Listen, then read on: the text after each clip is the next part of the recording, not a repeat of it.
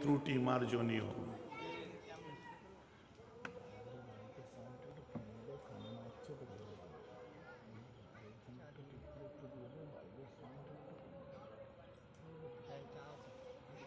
কোথায়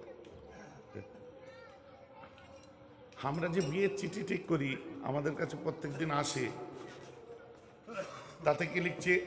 আসসালামু আলাইকুম, পরম করুণাময়ের অশেষ কৃপায় আমার বড় ছেলে অমুকের সাথে অমুকের বিবাহের দিন স্থির হয়েছে। এতদা উপলক্ষে আপনাদেরকে নেমন্তন্ন দাওয়াত করিলাম। আপনারা তাম তনাওয়াল গ্রহণ করিয়া নবদম্পতিকে দোয়া খায়ের করিয়া সরফরাজ করিবেন। লেখে না? লাস্টে কি লিখে দেয়? পত্র দ্বারা নেমন্তন্নে ভুল ত্রুটি মার্জনীয়। মানে এর দুটো অর্থবার হচ্ছে, এক নিজে এসে দাওয়াত করতে পারেনি ওটা, আর দ্বিতীয় ওর মধ্যে ইনক্লুড কি এই লেখা আছে 4টে লাইন, এই 4টে লাইনে কোনো ভুল ত্রুটি হলে মাফ করে দেবে।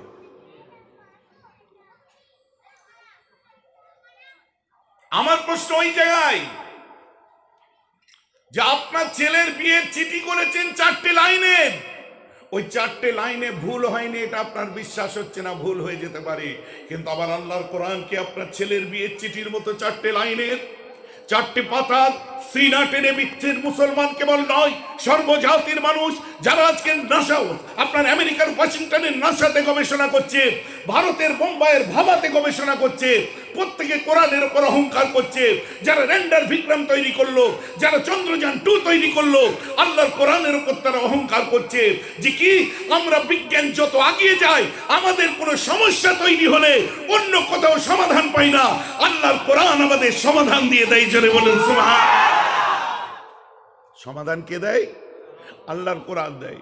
প্রমাণ, মিস্টার র্যাচেল হার্বার অসুস্থ হয়ে পড়লেন, ভর্তি করা হলো কোথায়? ভর্তি করা হলো আমেরিকার শিকাগোর একটা হসপিটালে। যখন ভর্তি করা হয়, সঙ্গে সঙ্গে আবার ঝাঁঝা করছে, ওই করছে, ও লুকিয়ে বসে আছে কেন? ঠিক কর না, কানে লাগছে, একটু সাউন্ডটা পরিষ্কার করে ফ্রি করে দেবো। এর বিখ্যাত মাইকের, বুঝলেন তো? হ্যালো হ্যালো, হ্যাঁ। তো কি এবারে এই অবস্থায় রেখে ভলিউমটা ভেতরের বাড়াও, এই অবস্থায় রেখে।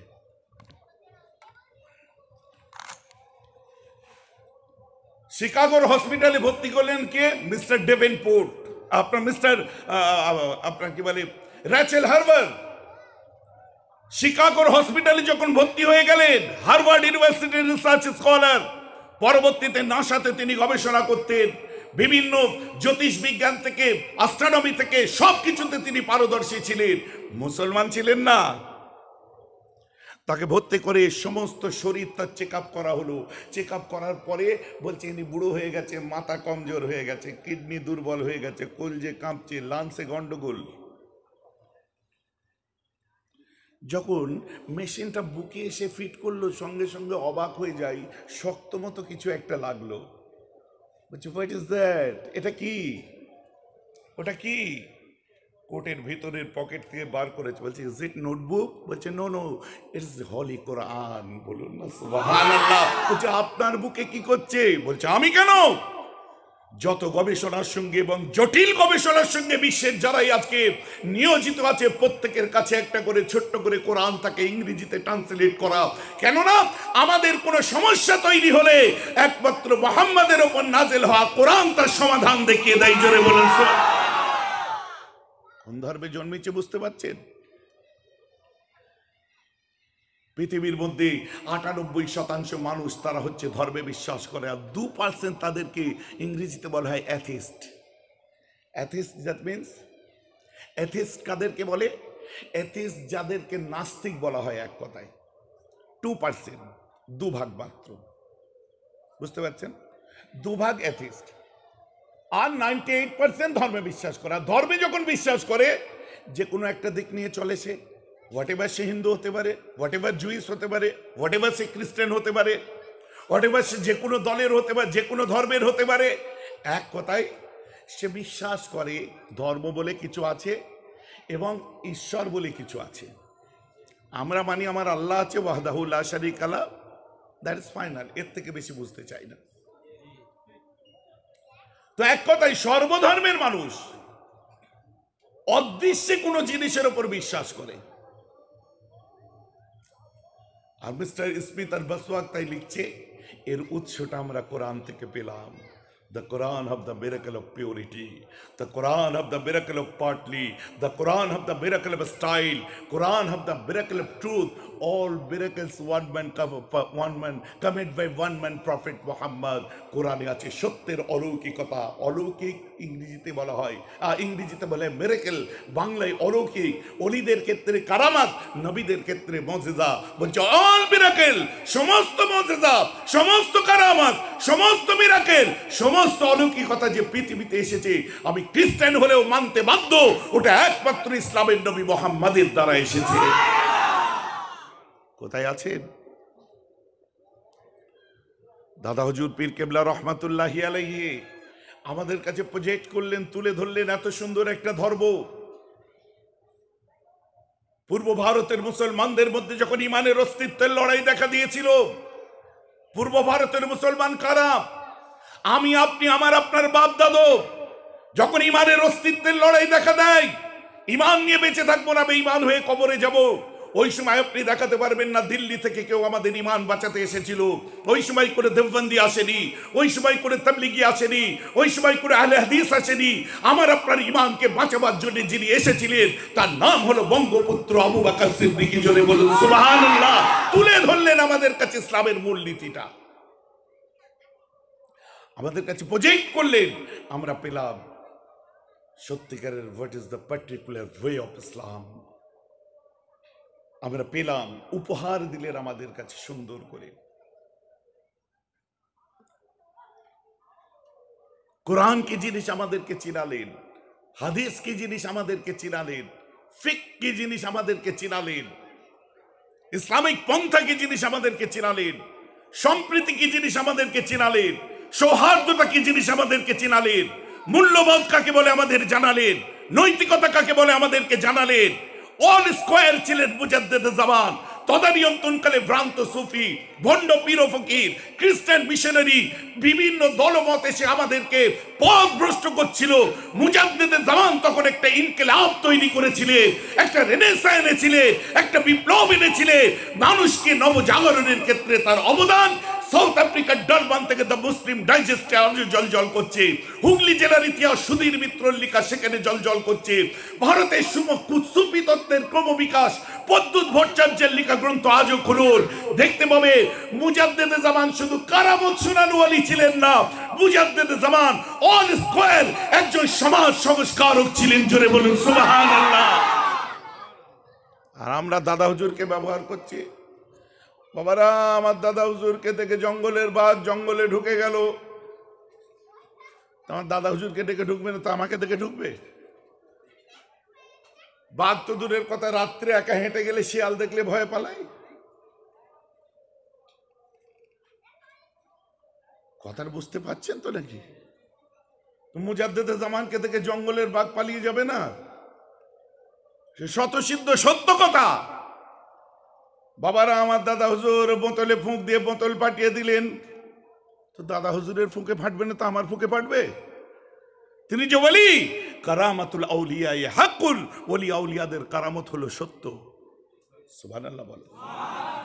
দাদা হুজুর, তিনি যে দাদা হুজুর ছিলেন, তিনি যে মুজাদ্দিদ ছিলেন, তিনি বেলায়েতের উচ্চ মাকামের একজন ওলি ছিলেন। তার দ্বারা সম্ভব? তিনি তো আওয়াজ দিয়েছিলেন। মুজাদ্দেদে জামান তার ভাষণের মধ্যে তিনি কি বলেননি? আমি আবু বকরের মধ্যে সেই রক্ত বইছে, ব্রিটিশের বিরুদ্ধে গর্জন করেছিলেন আমার পীরানে পীর, আমার পীরের পীর, তার পীর নাম হচ্ছে শহীদে বালাকোট হযরত সৈয়দ আহমদ বেল্লুবি রহমাতুল্লাহ আলাইহি। ব্রিটিশের বিরুদ্ধে লড়াই করতে যে বালাকোটে শহীদ হয়েছিলেন, তার মুরিদের নাম হচ্ছে নূর মোহাম্মদ নিজামপুরি, তার খলিফার নাম হচ্ছে সুফি ফতেহ আলী ওয়াইসি, আর তার প্রধান খলিফার নাম হচ্ছে মুজাদ্দেদে জামান আবু বকর সিদ্দিকী। বলুন না সুবহানাল্লাহ। আমাদের ইতিহাস জানতে হবে। দাদা হুজুর প্রার্থী দিয়েছিলেন কি দেয়নি? দাদা হুজুর কি করেছিলেন কি করেনি? খুঁজে খুঁজে খালি ফেতনার ওয়াজগুলো শোনালে চলবে না। দাদা হুজুরের লাইফের বিশাল বড় দিক আছে, যতটুকু স্বার্থে আঘাত লাগছে অতটুকু তুলে ধরে মানুষকে গোমরা করার দরকার নেই, বরং মুজাদ্দেদে জামানের কারনামায়ে জিন্দেগিটা তুলে ধরুন। আপনি তুলতে পারবেন না, আমি তুলতে পারবো না, মৌলানা তুলতে পারবে না, মোবাল্লেগ তুলতে পারবে না, হুজুর তুলতে পারবে না, আলেম তুলতে পারবে না, কারণ তুলতে গেলে নিজে আগে ধরা পড়বে। কথাটা আমার বুঝতে পারছেন কি পাচ্ছেন না?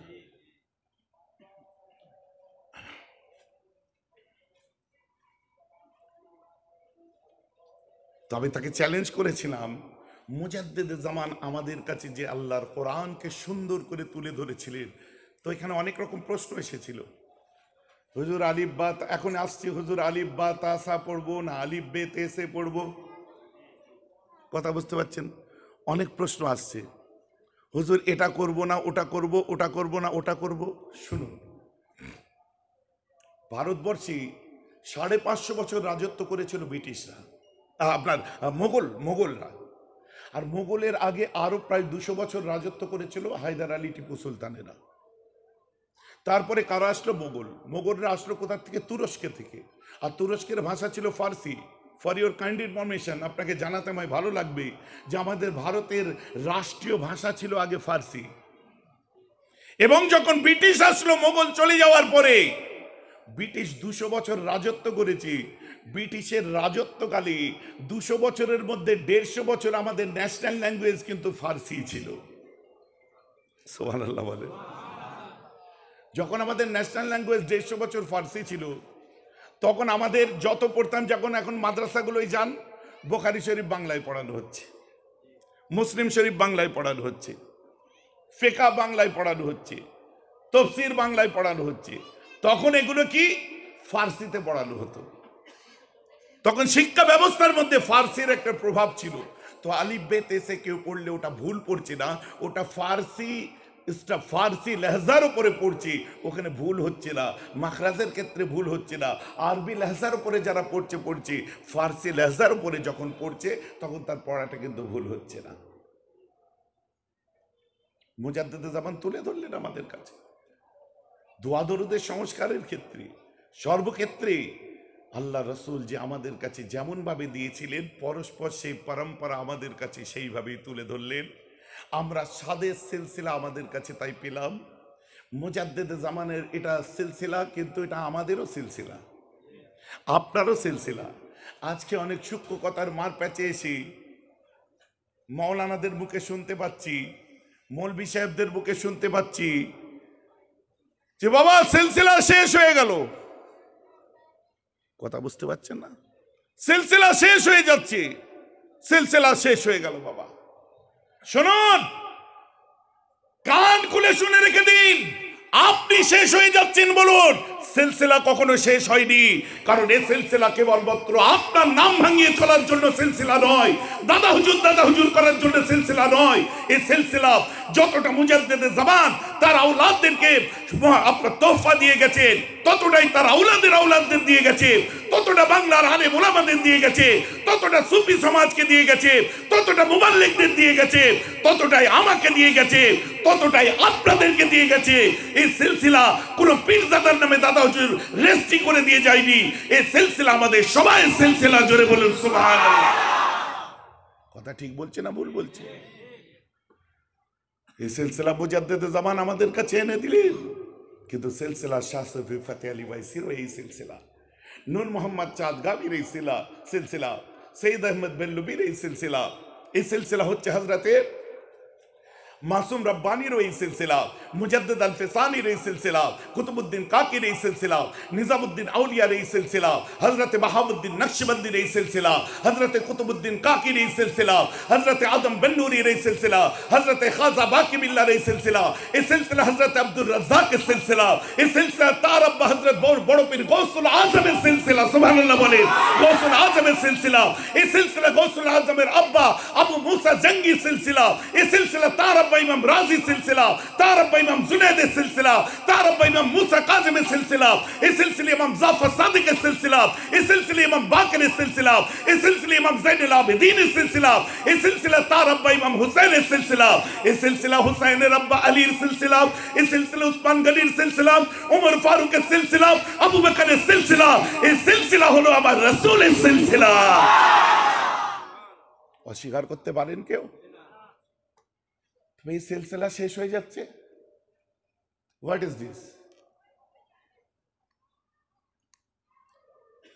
জলসায় লোক হচ্ছে না, কোমরে করে গাড়ি বয়ে বয়ে নিয়ে যাওয়ার পরে দেখছেন ময়দান খালি, তখন আপনি শেষ হয়ে যাচ্ছেন, বলতে না পেরে বলছেন সিলসিলা শেষ হয়ে যাচ্ছে। বাহ, দারুণ কথা। আর ময়দানে যখন লড়াই করার ক্ষমতা নেই, মাঠে ময়দানে কথার মানুষ নিচ্ছে না, দূর করে ছুঁড়ে ফেলে দিচ্ছে, সেই সময়তে একে ধরে টানো ওকে ধরে টানো, ওটা আলেমের পরিচয় হতে পারে না, ওটা মাওলানার পরিচয় হতে পারে না, ওটা মোবাল্লিগের পরিচয় হতে পারে না। সিলসিলায় ফুরফুরা শরীফের কোনো হুজুর দরকার নেই, মাওলানা দরকার নেই, মুজাদ্দিদের জামানের দোয়াই যথেষ্ট। জোরে বলুন সুবহানাল্লাহ। যতক্ষণ পর্যন্ত একটা মুফতি বেঁচে থাকবে, একটা আলিম বেঁচে থাকবে, যতক্ষণ পর্যন্ত একটা মুহাদ্দিস বেঁচে থাকবে, একটা মুফাসসির বেঁচে থাকবে, হিন্দুস্তানের গলি গলিতে জোর হবে মুজাদ্দিদের জামানের সিলসিলার শোর হবে। জোরে বলুন কি কথা ঠিক বলছে না ভুল বলছে? ভাবতে হবে আগে, আমাদের বুঝতে হবে। কারণ দাদা হুজুর পীর কেবলা দোয়া, এই সিলসিলা কোনো বামফ্রন্ট সরকার নয় যে 34 বছর পরে উল্টে যাবে। এই সিলসিলা কোনো দুনিয়ার অন্য কোনো গভর্নমেন্ট নয় যে 34 বছর পরে উল্টে যাবে। আর উল্টে গেলেও যদি বামফ্রন্টের 34 বছরের ভূত আজও এদেরকে তাড়া করে বেড়াচ্ছে, কিছু হলেই বলে 34 বছর। তো আমার সিলসিলা উল্টে যাবে ভাববেন না, আর ভূত হয়ে তাড়া করবে এটাও ভাববেন না। কারণ মুজাদ্দিদ জামানের দোয়া এই সিলসিলার শেকড়কে শান্ত এবং জমিনের নিচে পুঁতা আছে আল্লাহর আরশে গিয়ে। কথা ঠিক বলছে না? আমার কথায় কি রাগ হচ্ছে নাকি? কিছু পাওয়ারও নেই, কিছু হারাবারও নেই। দাওয়াত হয়েছে মহব্বতে দুটো কথা, হক কথা, সত্য কথা আমি বলছি। আমার কথাই রাগ করলে হবে না।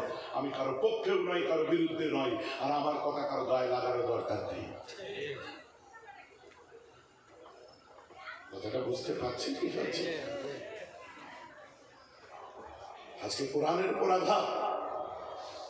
ওয়াসিম রিজভী বলছে 26টা কোরআনের আয়াতকে পরিবর্তন করতে হবে। আপনারা নিউজ টাইমস একবার আমি বসেছিলাম, মারা গেছে ভদ্রলোক কদিন আগে,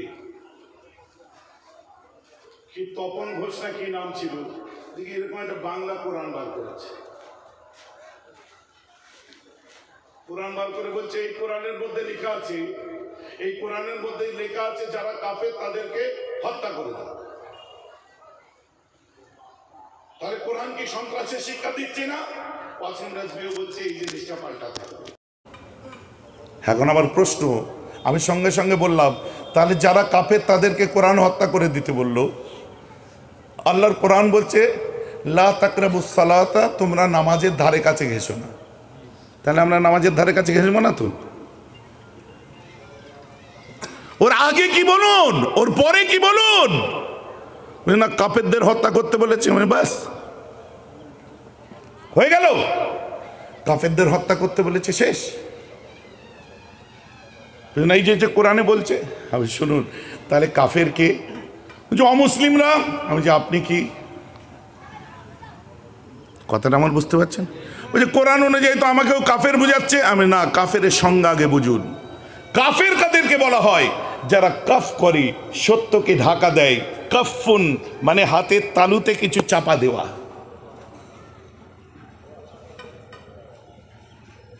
তো আমরা কাফের এই মর্মে নেওয়া হয়েছে, স্রষ্টা আছে, আমরা বলি অলমাইটি একজন আছেন, স্রষ্টা একজন আছেন, ক্রিয়েটার একজন আছেন। বলে জিজ্ঞাসা করলাম আপনি কি স্রষ্টায় বিশ্বাস করেন? যে ডেফিনেটলি করি। আমি যে ইহুদিরা কি করে? ডেফিনেটলি করে। খ্রিস্টানরা কি করে? ডেফিনেটলি করে। বৌদ্ধরা কি করে? ডেফিনেটলি করে। গুরুমুখী পাঞ্জাবিরা কি করে? বলছে ডেফিনেটলি করে। শিখরা করে? ডেফিনেটলি করে। জৈনরা করে? ডেফিনেটলি করে।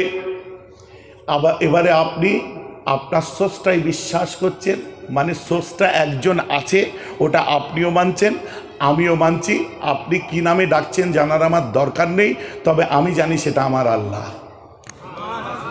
আরে বোঝার চেষ্টা করুন, জজবাবের পরে শুনবেন, কথাটা বুঝুন। ইয়াংস্টাররা এখানে বসেছেন, ভাইজি আমার কথা বোঝা যাচ্ছে? তাহলে একজন আছে, আপনিও মানছেন, আমিও মানছি। আপনি কোন নামে ডাকছেন আমি ঠিকমতো উচ্চারণও হয়তো করতে পারবো না, বা উচ্চারণ করতে যে ভুল করি আমি কাউকে আঘাত দিতেও চাই না, তবে আমি এতটুকু জানি সেই স্রষ্টা হচ্ছে আমার আল্লাহ। তা আপনি সত্য মানলেন তো? হ্যাঁ। তা আপনি অস্বীকার করলেন না তো? না। আপনি চাপা দিলেন না তো? না। তাহলে আপনি নিজেকে কাফের বলছেন কেন?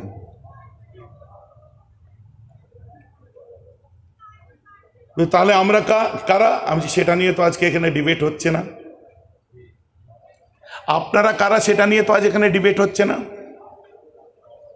এবারে যদি কেউ বলে স্রষ্টা বলে কিছু নেই, ক্রিয়েটার বলে কিছু নেই, প্রফেট বলে কিছু নেই, আপনার কি বলে পরকাল বলে কিছু নেই, আপনার কি বলে ওই কিয়ামত বলে কিছু নেই, মহাপ্রলয় বলে কিছু নেই, আখিরাত বলে কিছু নেই, যারা টোটালটা অস্বীকার করে তাদের সংখ্যা হলো কত পার্সেন্ট বলেছি আগে? 2%। তাহলে 2% এথিস্ট, ওদেরকেই কাফের বলা হয়। আপনি বলুন, যদি আপনার সামনে দাঁড়িয়ে আপনার দুর্গাকে কেউ মিথ্যা বলে, আপনার কালীকে কেউ মিথ্যা বলে, জিসাসকে কেউ মিথ্যা বলে, গৌতম বুদ্ধকে কেউ মিথ্যা বলে, এইসব ভুল, মানা চলে না, এই চলে না, আপনার ধর্মীয় বিধান কি বলছে সেখানে বলুন। কথাটা আমার বুঝতে পারছেন না? আমার কোরআনও সেই বিধানটা শুনিয়েছি। যেমন সৌদি আরবের জমিনে চুরি করলে নিয়ম আলাদা, তারাও মুসলমান, কিন্তু এখানে একটা মুসলিম চুরি করলে তার নিয়ম আলাদা। পাকিস্তানে একজন চুরি করলে তার নিয়ম আলাদা। কারণ প্রত্যেক দেশের একটা একটা বিচার বিভাগীয় দিক আছে। যেমন সাহাবারা বিচার করেছেন, পছন্দ হয়নি, ওমর ফারুকের কাছে বিচার নিয়ে গেছে। ওমর ফারুকের কাছে বিচার নিয়ে গেছে, পছন্দ হয়নি, সে বিচার আল্লাহ রসুলের কাছে নিয়ে গেছে। তো আপনিও বিচার বিভাগকে আপনি বিশ্বাস কেন করছেন না? ইসলাম তো নিশ্চয় করে। কোথায় বলেছে আম মানুষ হাতে তলোয়ার দিয়ে গর্দান কেটে দাও, কতল করে দাও? যখন কোনো রেপ কেস হয় তখন সেই বিচারটা কোথায় হচ্ছে? প্রথমে জেলা কোর্টে হচ্ছে, জজ কোর্টে বিচার পেল না, হাইকোর্টে গেল, হাইকোর্টে আপনার মৃত্যুদণ্ড দিল, তার বিচার পছন্দ হলো না, চলে গেল কোথায়? সুপ্রিম কোর্টে। সুপ্রিম কোর্ট মৃত্যুদণ্ড বহাল রাখলো, কোথায় গেল? রাষ্ট্রপতির কাছে জীবন ভিক্ষা। আছে কি নেই? অতএব যে কোনো অন্যায়ের জন্য যে কোনো দেশের মধ্যে সে আপনার যাবজ্জীবন হোক, সশ্রম কারাদণ্ড হোক, আর আপনার কি বলে ফাঁসি হোক, আপনার জীবনদায়ী ব্যাপার হোক, সব দেশের মধ্যে এই নিয়ম আছে। আপনি কোরআনকে কেন তুলে ধরছেন শুধু? ভাইজান আমার কথা বুঝতে পারছেন? তখন আমি বললাম, তো এই কথাটা আমি এদিনেও টুইট করেছি, যে আমি আপনার কথা মানবো না মিস্টার ডেভেনপোর্টের কথা মানবো? আমি আপনার কথা মানবো না মিস্টার ফিলিপ হিট্টির কথা মানবো? যুগে যুগে সময়ে সময়ে এক একটা দালাল বার হয়েছে, বিভিন্ন তামাক খেয়ে, বিভিন্ন ধর্মের বিভিন্ন মানুষের, বিভিন্ন উগ্রবাদী সন্ত্রাসীদের তামাক খেয়ে তারা চিবোতে থাকে, পান খেয়ে তারা চিবোতে থাকে, যতক্ষণ গালে থাকে ততক্ষণ বদনাম করে, শেষ হয়ে গেলে আবার লাইনে চলে আসে, বলছে this is the freedom of speech. It's not a freedom of speech. Freedom of speech যদি হতো, আপনি মানবেন না, আপনি সেটাকে নিয়ে কথা বলুন, উক্তি করতেন, আপনি সেটাকে সামনে ঢাল করে দিয়ে নিজেকে ফোকটে প্রচার করছেন। আর মেন স্ট্রিম মিডিয়া, যেগুলো ন্যাশনাল মিডিয়া, সামনে তুলে ধরছে যে কি কোরআনের বিরুদ্ধে মামলা করেছে, এতদিন পরে একটা হিরো বাপের বেটা পাওয়া গেছে। বিজেপির লিডাররাও অনেকে প্রতিবাদ করে বসে আছে। যাদেরকে খুশি করার জন্য করছো, যে সাম্প্রদায়িক দলকে তোমরা খুশি করার জন্য করছো, সেই সাম্প্রদায়িক দলেরই আবার কয়েকজন নেতা তোমারই বিরোধিতা করছে।